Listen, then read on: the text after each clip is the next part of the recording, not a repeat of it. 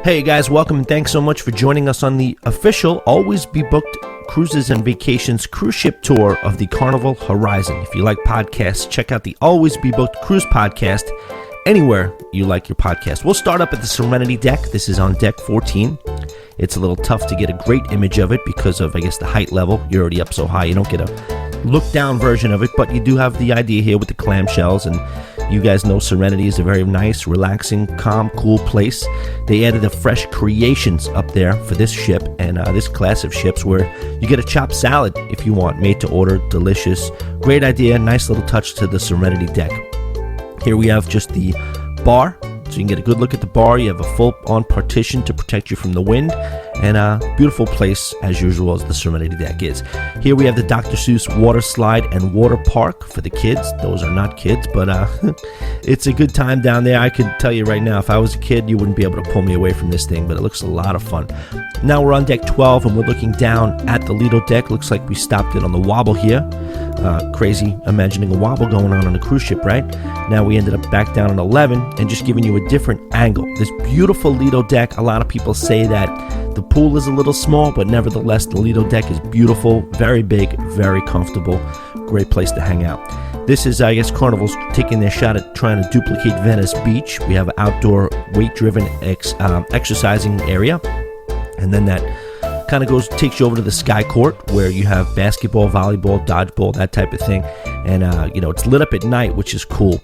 And then we'll make our way over to the ropes course, and if you look straight up, you have people the adventurous type up there trying their hand a couple of 100 feet above the sea on the ropes course. It looks pretty challenging, but it also looks fun. I did not try it. That's the Sky Ride, but it was not in session for our cruise, unfortunately. Now we're just going to walk into this area, which is various just different types of games for adults and children. You have Twister, you have Pool at Sea. I always wondered if Pool at Sea would work. It did on this cruise ship because there wasn't much motion.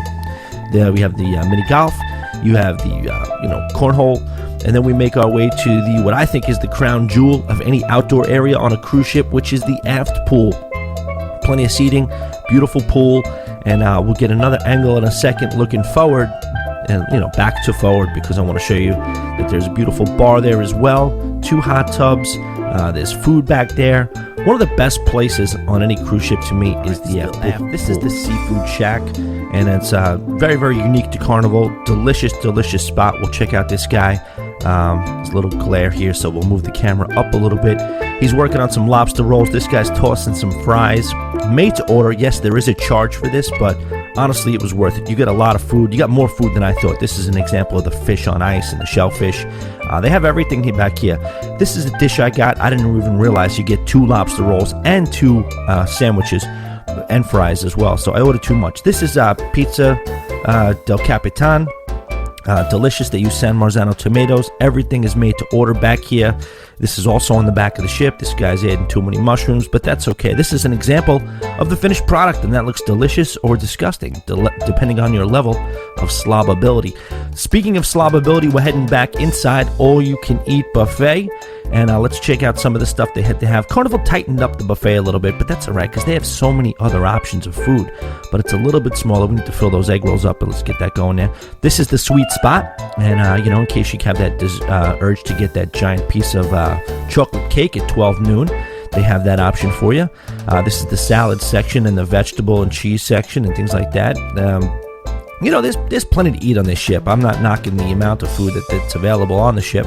It's just they did take back from the buffet a little bit. This is a good pan job of the entire room. You get a feel for the decor. This is the beer station. You could pour your own beer. I guess their version of the Royal Caribbean robot bartenders.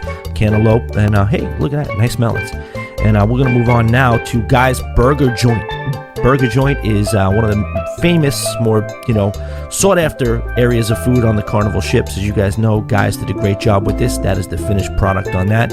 One of the best burgers you're going to have at sea or on land. Not to be outdone by Blue Iguana Cantina. Cantina. Hand-rolled, made-to-order burritos.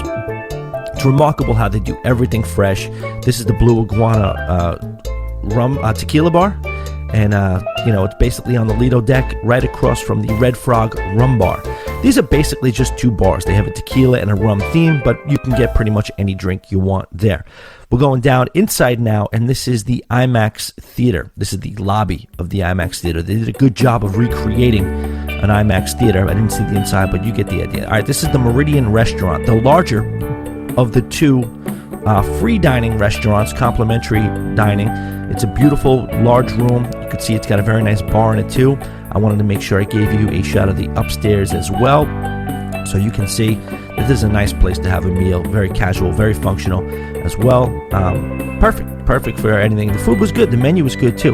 This is the Limelight Lounge. This is a multi-use venue.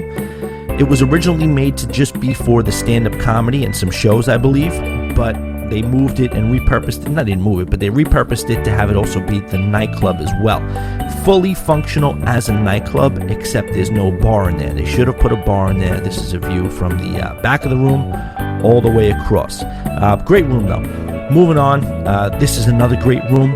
Doesn't get a bunch of use all week. Now, Saturday and Sunday, you couldn't get in here because people were watching football, but they don't really have a lot of sports on the TVs, basically because of connectivity issues, I guess, but a great-looking sports bar, don't you think? Good TVs, and then they have this cool little, I think it's poker table over here. Go Yankees. Shout out to Judge, all rise. Now we're heading to trouble here, guys. The casino. Yep. We're walking in towards the casino. You'll see the partition. They have a mini Dreamscape, a version of the Dreamscape in the lobby. You'll see those glass partitions as well. They're designed to keep the smoke out. And then we are panning across the slot machine row. And then we're over here to the table games. It's a very small casino considering the size of the ship. I'm sure they're just doing that because, a lot of complaints about the smoke. All right, now here we are on deck 4 in the main lobby, main atrium. You will see the actual real deal Dreamscape in a minute. What a beautiful, structure, and it adds a lot to the ship. That thing changes every 5 seconds, and that's a good lobby. A beautiful lobby. This is guest services, aka cruise DMV, and then we're over here at the Shore Excursions desk. This is deck 3, like I said, so not a whole lot happening on deck 3, but this is where we're at. Reflections Restaurant. This is the smaller of the 2 complimentary dining rooms. Another great looking, casual, very functional room. Pleasure to be in here. Excuse me, I'm a little under the weather, I apologize. But it's a great room, and really enjoy eating and drinking in there and doing all that stuff. Always Be Booked Cruise Podcast. Don't forget, check it out anywhere you like to listen to your podcasts.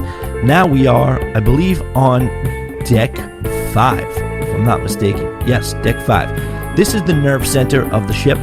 You'll see, another view, gratuitous shot of the Dreamscape as we head to Cherry on Top. Now, this is the outside version of Cherry on Top. There's an outside and inside component. You can hang out here. If you kept going up further, you'd hit a Guy's Pink at Anchor, which we will see soon. But this is inside. You have the candy shop. There's tons of gorgeous, beautiful ice cream creations in here. Milkshakes and stuff like that. You can get them at that counter. And like I said, you'll see the outside view, and then you have the merchandise. I didn't get anything from here, regretfully, but this is such a big ship. It's hard to enjoy everything. Here we are in the piano bar, one of my favorite places on the ship. I wanted to get a view of it for you when it was empty. Nothing going on in there right now.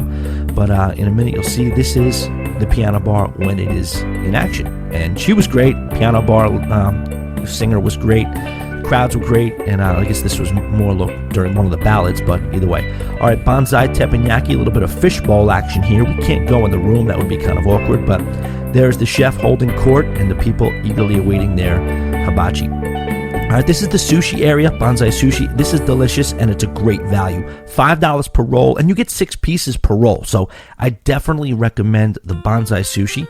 Definitely check that out. We're going to go over here to the steakhouse in a minute. Yes, ma'am, I do know you're closed, but we are going to go in anyway just to catch a quick little photo here.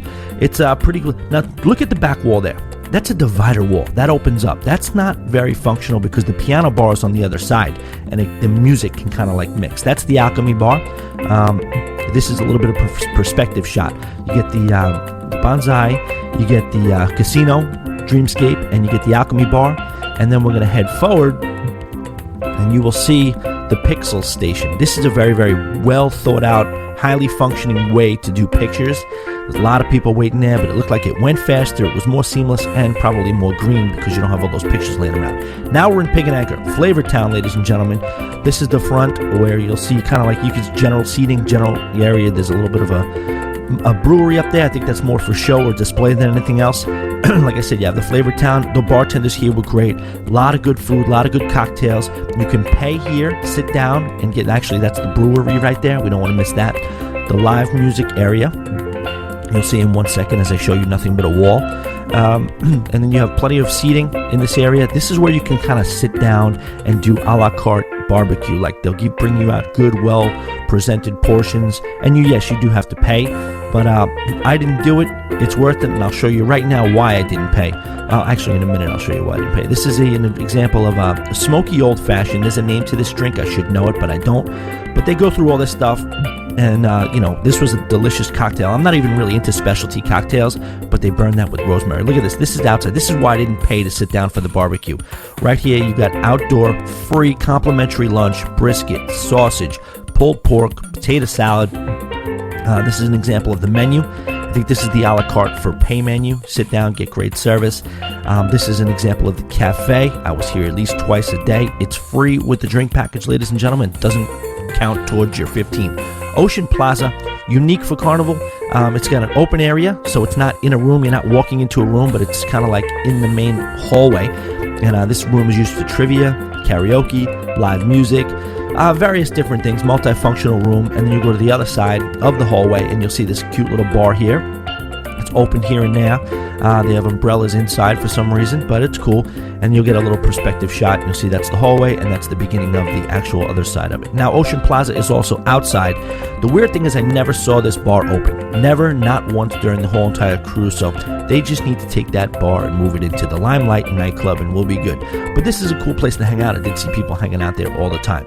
Now we're heading back to what I think is the coolest room on the ship, the nicest room, and probably the most liveliest, energetic room. Look at the beautiful decor, Havana-themed design. Walking in, we haven't even gotten into the room yet, and you're seeing some nice seating area, some nice little card tables for games and things like that. And then this is a back shot, so we're reversed behind the band right now. And then if we turn it around here, now we're in front of the band, leading out towards the Havana outdoor area, which is beautiful. Now, you don't have access to this unless you have a Havana Cabana, or unless it turns 7 o'clock. At 7 o'clock, everybody can go back here. But just check out, these people just chilling in this kind of feet in the water with a table, chairs. You have this infinity pool overlooking the wake. It's a beautiful area. And then I have those aforementioned Havana Cabanas. This is an example of them. So you can rent these. Of course, they're a little bit more money, but really cool decor. And one more shot of the aft cabins and looking back at the bar in the Havana Lounge. Beautiful, beautiful place. Great job, Carnival, coming up with this concept. And of course, we're going to get a nice gratuitous shot of the wake. And I bet you're wondering what it looks like at night. There it is. I just wanted to show you kind of like the lighting scheme, so it just shows that even after dark, it's still a cool place to hang out, as these people are. I think they've literally been there all day long. I don't really blame them, to be honest with you. All right, let's take it over to the spa, Cloud9 Spa.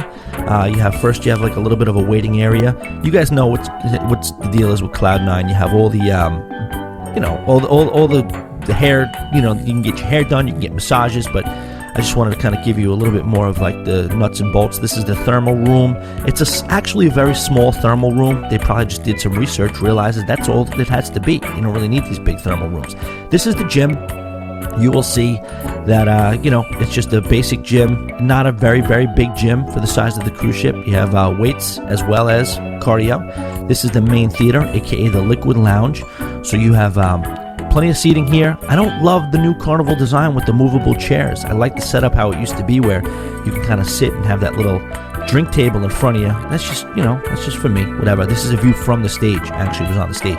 It's pretty intimidating. Think about all those seats being filled, and you're standing on that stage. This is Cucina del Capitano, a beautiful, beautiful Italian restaurant. At least the decor, at least the food is good too. I'm not going to lie to you. It's not going to be Little Italy, fine dining Italian restaurant, but it is good, not unlike a Carrabba's or something like that. Good functional food, and the portions are great as well. I didn't get a shot of the Japanese restaurant, and that is Gigi, but it's all right. You get the idea. It's a very small room, and that's pretty much it. It's right next to the Cucina del Capitano on the 11th deck. And that's pretty much it. That's the ship. That's all the functional places in the area. Check out the Always Be Booked podcast. We'll talk to you guys soon. Thanks.